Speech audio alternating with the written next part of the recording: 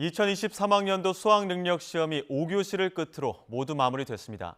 수학은 지난해 수능과 비슷한 수준, 국어와 영어는 조금 쉬웠다고 평가했습니다. 취재기자 연결해 알아보겠습니다. 장하영 기자. 네, 사회 2부입니다. 네, 조금 전 공개된 영어 영역부터 알아보겠습니다. 선생님들, 문제 난이도를 어떻게 평가하고 있습니까?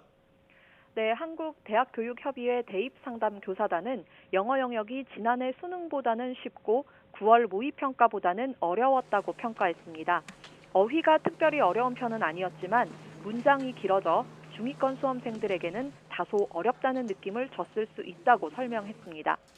수학 문제 난이도는 지난해 수능과 유사하지만 최상위권 변별력은 약간 떨어지는 수준으로 출제됐다고 평가했습니다. 올해 9월 모의평가 난이도와 비슷했다는 건데요. 초고난도, 즉 아주 어려운 문제는 없지만 중간 난이도 문제가 늘어나 전체적으로 문제를 푸는 소요 시간은 비슷했을 것으로 봤습니다.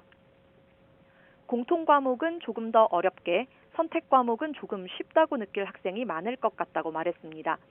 선택 과목 중 확률과 통계, 또 기하에서는 신유형 문제가 출제됐지만 미적분에서는 신유형 문제가 없었다고 설명했습니다. 지난해 수능에서 수학 1등급 표준 점수가 137점에서 147점까지 분포돼 대학 입시에서 수학을 잘 보는 게 매우 중요했는데요. 올해도 수학이 총점 결정에 중요한 영향을 미칠 거라며 자연계 학생이 인문계로 교차 지원하는 경향도 이어질 걸로 내다봤습니다. 김창묵 선생님의 말입니다.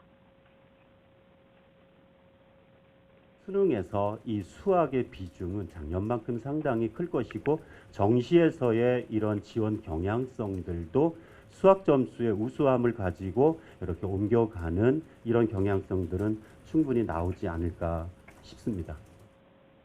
앞서 국어 영역은 전체적으로 지난해 수능보다는 어렵지 않고 9월 모의평가 수준과 비슷해 최상위권에서의 변별력은 다소 떨어지겠지만 중상위권에서는 변별력이 예년과 비슷할 걸로 전망했습니다.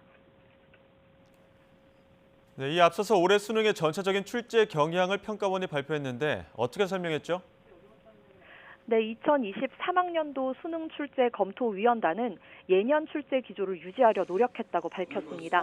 박윤봉 출제위원장은 특히 선택 과목 유불리를 최소화할 수 있도록 노력했지만 이를 완전히 해소하기는 어려운 상황이라고 했습니다. EBS 연계율은 지난해와 같이 전 과목 50% 수준을 유지했는데요.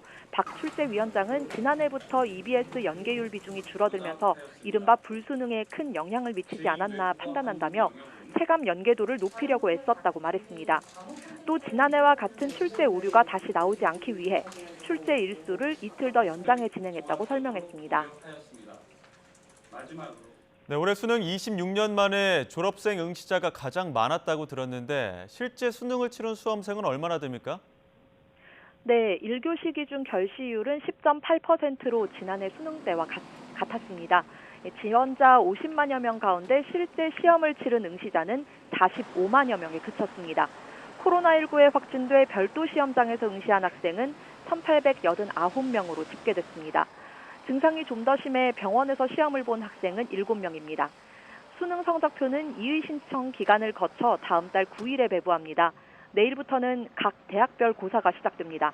수시 모집 합격자는 다음 달 15일 발표하고 정시 모집 원서 접수는 다음 달 29일 시작해 내년 1월 2일 마감합니다.